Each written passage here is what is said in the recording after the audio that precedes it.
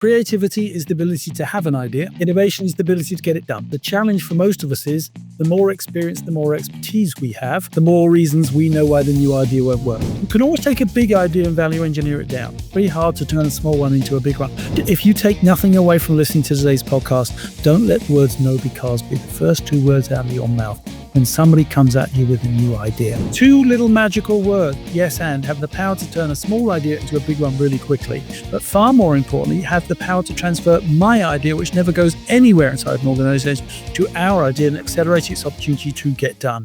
Hello and welcome to another episode of the Duct Tape Marketing Podcast. This is John Chance. My guest today is Duncan Wardle. He's the former head of innovation and creativity at Disney. Duncan played a pivotal role in fostering innovation across Imagineering, Lucasfilm, Marvel, Pixar, and Disney parks, crafting enchanting new storylines and experiences. He's also the author of a book we're going to talk about today, The Imagination Emporium, Creative Recipes for Innovation. So Duncan, welcome to the show. Thank you. Thanks very much for having me. So one of my listeners, not viewers, won't be able to know this, but one of my favorite characters is Goofy. You've got him right there behind you. Yeah. So yes, these are hand painted. It's not an illustration. Yeah, they were created a few years ago now. Yeah, very, very cool. So there was a book I read right when I was getting started, actually, that was very influential on me. It was written by Peter Drucker. And one of the comments in there was, the only two things in business that matter are marketing and innovation. Everything else is a cost. I think a lot of people quote that, and I've heard that phrase many times. But if we asked 10 people what innovation actually was at a company, I think we would get maybe 11 or 12 definitions. So how do you frame the idea of innovation? I mean, it's a very large concept. Crystal clear. Creativity is the ability to have an idea. We can all do that. We do it every day. Innovation is the ability to get it done. Nice. The challenge for most of us is the more experience, the more expertise we have, the more reasons we know why the new idea won't work. So we constantly shoot it down. I call it our river of thinking, and it's very fast and very wide and very allowing you and me to make quick and informed decisions. But in the last 4 years, we've seen global pandemics. We've seen Generation Z entering the workplace but doesn't want to work for corporate America. We've got artificial intelligence entering the marketplace. The world's changed, right? And it's changed irrecoverably. We can't go back to thinking the way we thought 4 years ago. And so, at Disney, I tried 4 models of innovation. Model number 1, I hired somebody who knew what they would do. I said, make me look good. That was an agency. And to a certain extent, they did. They were never around for execution, and they certainly weren't going to show me how they did what they did, or they were worried I wouldn't hire them again. Model number 2, we're creating an innovation team. Duncan will be in charge. What could possibly go wrong? Well, outside of legal, who does legal work? Outside of marketing, who does marketing work? Nobody. So when you create an innovation team, you subliminally just told everybody else you're off the hook. We tried an accelerator program, which created some level of access, enabling us to partner with some young tech startups and bring some new technology to market. But we had failed in our overall goal, which was set by the CEO of Disney, was how might we embed a culture of innovation and creativity into everybody's DNA? So I set out to create a toolkit that has 3 principles. That takes the BS out of innovation and makes it less intimidating to normal, hardworking people. Make creativity tangible for those people who are uncomfortable with ambiguity and grey. Far more importantly, make the process fun. Give people tools they choose to use when you and I are not around. All right. So, and I'm sure you hear this all the time. I know you'll have a great answer for this, but what do you do in those organizations or individuals who we know there are lots of them, but say, I'm just not creative? Yeah, I disagree. I'm sorry. Look, let me ask you a question. When you were a small boy, what was your favorite toy? It's probably a stick. See? Why? Because the stick was your lightsaber. That's why. It was your wand. It's anything you wanted it to be. And we were all born creative with an amazing image. When you were given a gift for a holiday and it came in an enormous box and it took you ages to take the toy out of the box, what do you spend the rest of the week playing with? The fort. Yeah, the box, right? It was your rocket, it was your fort, it was your cart, it was anything you wanted it to be, till you went to the number 1 killer of creativity, education. And the first thing your first grade teacher told you to do was don't forget to color in between the lines. Small children, they're very curious. They ask why again? Because they're seeking the core consumer truth. They're after the insight for innovation. If I were to survey 5,000 people and ask them why they go to Disney on holiday, the number 1 response I'll get is we go for the new attractions. But that's not strictly true, is it? So if I were to rely just on my data, I'd go spend $250 million on a capital investment strategy. But if I pause for a moment and act childlike, not childish, and say, well, why do you go for the new attractions? Well, no, I like the classics. Why do you like the classics? Well, I like It's a Small World. Why do you like It's a Small World? Well, I remember the music. Oh, God, no, not the music. Why the music? Well, it's my mum's favourite ride. We used to go every summer. Why is that important to you 20 years later? I'll take my daughter now. Boom. There's your insight for innovation, core consumer truth. It's got nothing to do with the capital investment strategy and everything to do with that person's personal memory and nostalgia. But then we go to the number one killer of curiosity, education. And the next thing we're taught to do is stop asking why, because there's only one right answer. Here comes artificial intelligence, right? We used to laugh at the blue-collar workers. Well, guess what? They'll be laughing at the white-collar workers now. But I've been working with Google on their DeepMind project, which is their AI project. And I asked the lead engineer I said, how the hell am I going to compete with this? What will be the most employable skill sets for the next 5 to 10 years? And she said, oh, that's easy. The ones that will be the hardest for her to program into AI. I said, well, what are those? She says, the ones with which you were born: imagination, creativity, curiosity, empathy, and intuition. But they're drummed out of us by the time we're 18. That's the challenge. Of course, having some handy set of plumbing skills will become very necessary too, though, right? No, seriously, hands-on work is absolutely fine. So look, I set out, here's why. People say, why'd you write a book? Yeah. Let me ask you an honest question here. When you see a business book in an office, physically, where is the book? Laying on a desk. Yeah, there you go. It's on the coffee table. It's on the bookshelf. I'm going to get to it tomorrow, but my boss needs this now, so I actually never read it. I have good intentions to read it, but I don't. So I thought, okay, how do I make it more accessible to people who've got other things to do? I thought, what nonfiction book have I ever read where I could read one page today and know exactly what I was going to do and not worry about the rest of the book today? My mum's cookbook. You want shepherd's pie? You go to page 67. So the contents page is designed for busy people. It says, have you ever been to a brainstorm where nothing ever happened? Go to page 67. I don't know how to find insights for innovation. Go to page 42. Work in a heavily regulated industry. Go to page 67. So it's designed to be very accessible, but it's also designed to appeal to what I call the 3 sensory learning styles. So let me ask you a question. May I ask you to close your eyes for just a moment? How many days are there in September? 30. I would ask you to keep your eyes closed and tell me how you knew, how you remembered, how you learned, or what you could see with your eyes closed right now. I can see a calendar. Bingo, you can open your eyes. 30% of the people will recite the rhyme, 30 days has September, blah, blah, blah. No, it's true. They just told me they learn by listening. They probably read a lot. It's an auditory style. How do I know that? Because they were 6 when they learned it. How did they remember it? Because they heard it. Another 30% put their knuckles together and start counting their knuckles. January, February, March, April, May, June, July. Those are kinesthetic learners. By the way, John, you were taught both, but you don't remember either because that's not your preferred learning style. You're the majority of the audience. You learn by seeing. You represent 40% of the audience. So I thought, okay, how do I create a book that's not a book? I want it to be a toolkit. I want it to be fun, but I want it to be purposeful. I want it to appeal to all 3 learning styles. So it has QR codes embedded with each chapter with Spotify playlists for auditory learners.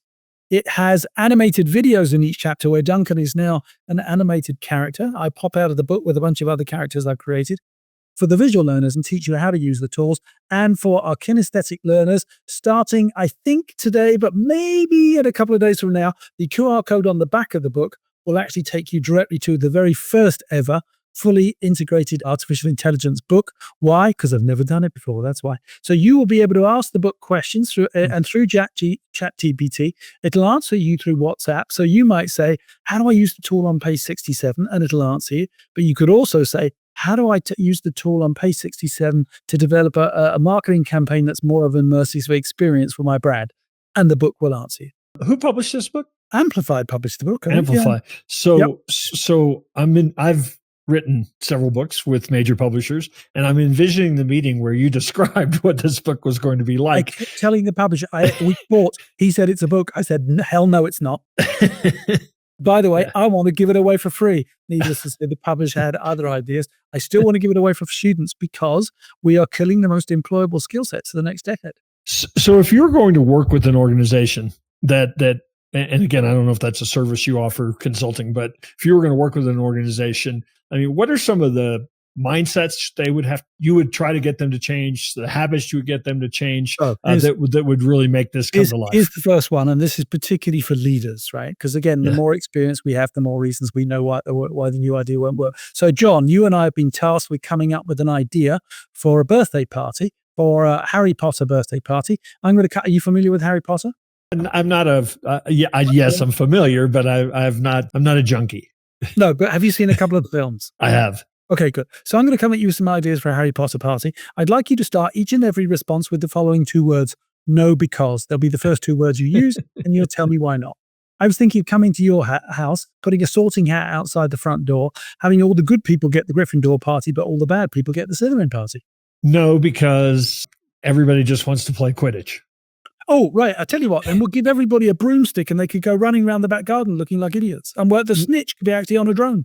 No, because they can't really fly. All right, fair point. I tell you what, then we'll bring them all indoors and we'll have a magic potions room where we can all drink something that turns us into something totally freaky. No, because there's actually a giant animal in the back closet that would probably eat everyone. All right, fair point. I tell you what, then, what if we just showed the movies? We'll put them on your TV screen and we'll serve butterbeer and popcorn. Oh, that's perfect. No, because come on. No, because there might be somebody allergic to popcorn. Yeah, let me ask you a question. When somebody's constantly no becauseing you, how does that make you feel? Frustrated. Okay. I would call it business as usual. Let me ask you a question. Do you think our idea was getting bigger as we were going, or was it getting smaller? Which way was it headed? We were down to watching the movies. It was getting smaller. Right. Let's start again. Are you familiar with Star Wars? Yes. Okay. So I'm going to come at you with some Star Wars ideas. And like Harry Potter, where you started the response every single time with no because, this time I'd like you to start every single response with the words yes and we'll just build on it together. Yeah. I was thinking, right, of coming to your house, getting into the kitchen, painting it black, turning it into the Death Star canteen, and we could have a food and wine festival from Hoffman to Boone, Tatooine. Oh, yeah, yes. And let's add stormtroopers.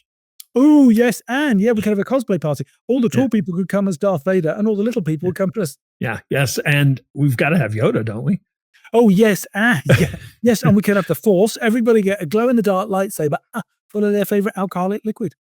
Yes, and what about Darth Vader? Could he appear? Oh, yes, and we could have Harrison Ford. We could bring back, or even the dead celebrities could come back via hologram, and we could take them all on your corporate jet down to Disneyland to see the new Galaxy's Edge. Yes, and why not invite George Lucas? All right, so we'll stop there. So a lot more laughter, a lot more energy. Most of us became Italian for the first time today, waving our arms. This time around, bigger or smaller? Well, it kept getting much larger.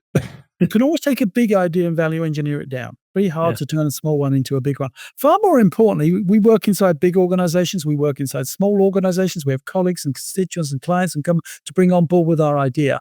By the time you and I just finished building the idea together, whose idea was it by the time we finished? Oh, well, it was totally mine.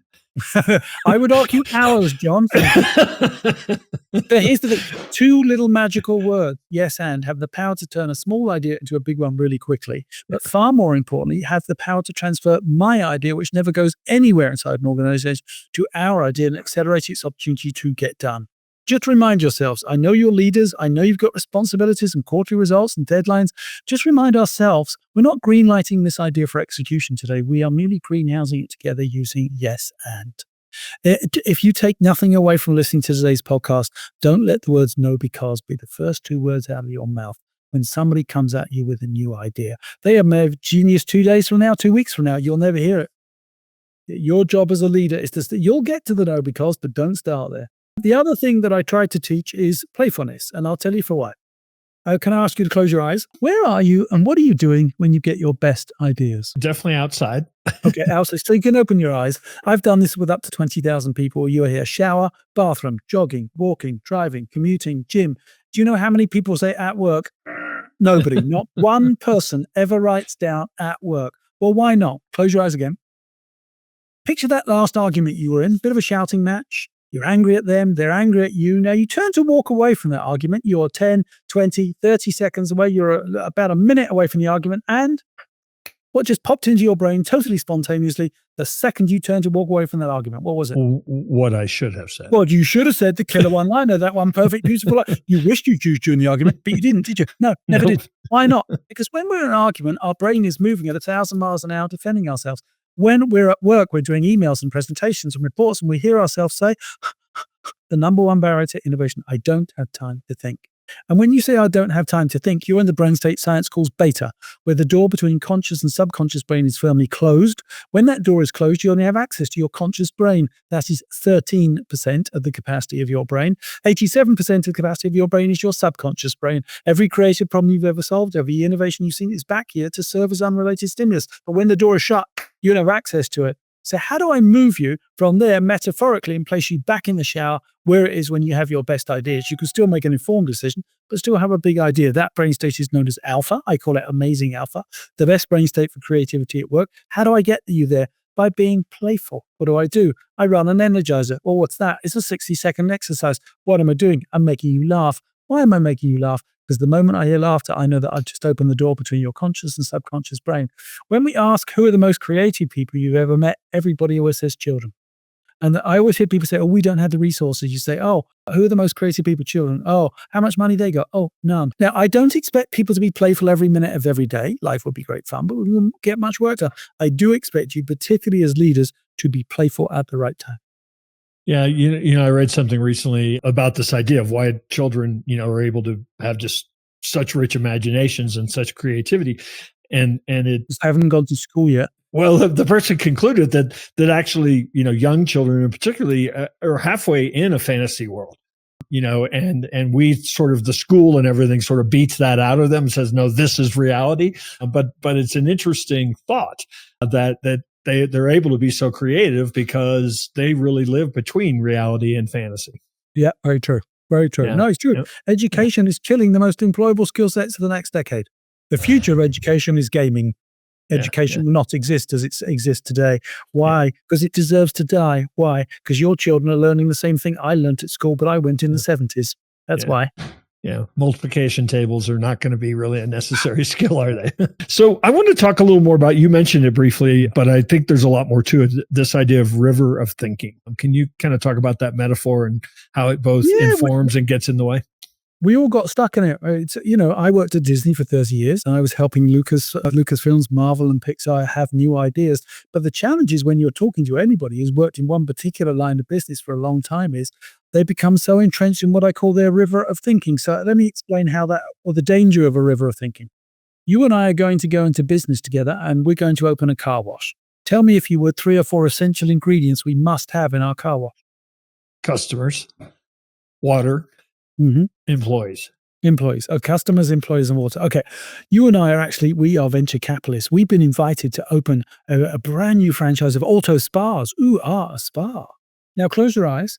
What have you seen in the spa? What would you like to see in your spa? What could we have in the spa? Great music.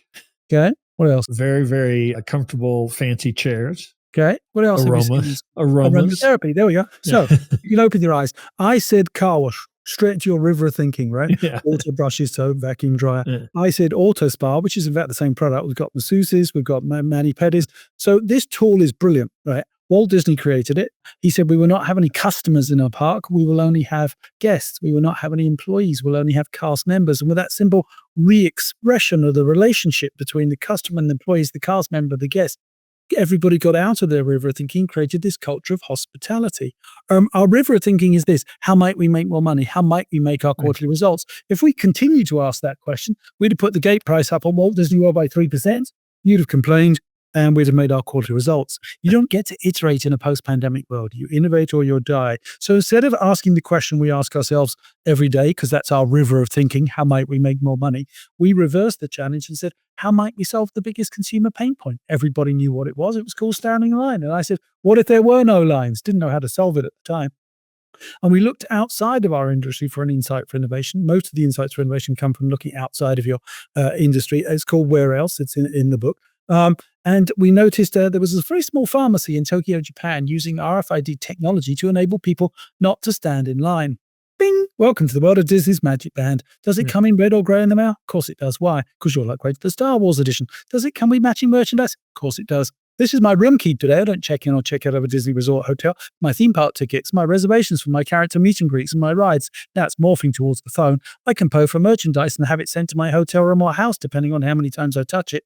I can order my food through my smartphone, walk into the restaurant when I want to walk in, sit at the table I want to sit at, and food comes fresh to me. Had we started by saying, how might we make more money? Yeah, we'd have made 3%. But by reversing the challenge and asking, how might we solve, and getting out of our river of thinking, say, how might we solve the biggest consumer pain point? The average guest at Walt Disney World today has 2 hours free time they didn't have 6 years ago, each and every day. What has that resulted in? Record intent to recommend, record intent to return, and record revenues. What do people do with their free time in Disney parks? They spend a bucket load of money. Absolutely. Well, Duncan, this has been a fascinating interview. I'm not sure if you interviewed me or I interviewed you, but nonetheless, I think the listeners will be the better for it. I really appreciate you taking a moment to stop by. Is there someplace you'd invite people to find out more about your work and the Imagination Emporium? Well, they can normally find me in the Lamb and Flag pub in Covent Garden, but if I'm not there, they could go to theimaginationemporium.com or duncanwardle.com. Awesome. Well, again, I appreciate you taking a moment to share, and hopefully we'll run into you one of these days out there on the road. Cool. Nice to meet you. Likewise.